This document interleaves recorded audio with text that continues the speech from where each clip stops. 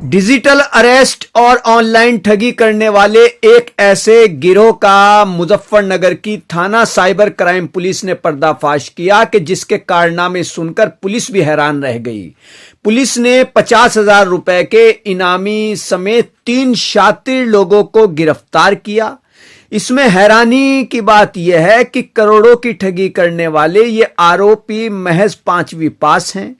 इस पूरे मामले का खुलासा पुलिस ने मीडिया के सामने किया और बताया कि किस तरीके से शातिर किस्म के ये ठग लोगों को अपना शिकार बनाते थे। मैडम 3 आरोपी गिरफ्तार किए गए हैं, क्या मामला है? देखिए, वरिष्ठ पुलिस अधीक्षक महोदय के निर्देशन में साइबर थाना टीम ने हमारे गुड वर्क किया है। जो NHA की साइट है, हमारी जो प्रतिबिंब पोर्टल है, उस पर लगातार हम लोग जो है मॉनिटरिंग करते हैं और उस मॉनिटरिंग के बाद हमें जानकारी हुई कि एक डिजिटल अरेस्ट जिसकी वैल्यू लगभग 4.5 करोड़ थी और इसी तरह से एक और स्कैम जिसका पैसा जो है वो विड्रॉल जनपद मुजफ्फरनगर से हुआ था।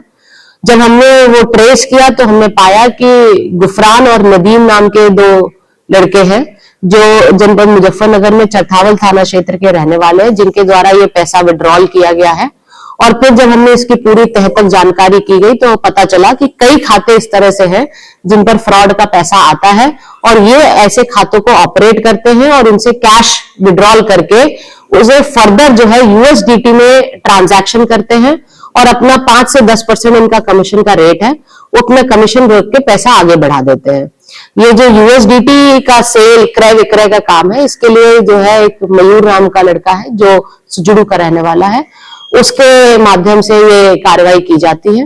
तो इस तरह से ये गैंग के रूप में काम कर रहे हैं और स्कैम होने के बाद फ्रॉडस्टर मनी को इन खातों में मंगाकर उसे USDT में कन्वर्ट करके अपना कमीशन रोककर ये कार्रवाई कर रहे हैं।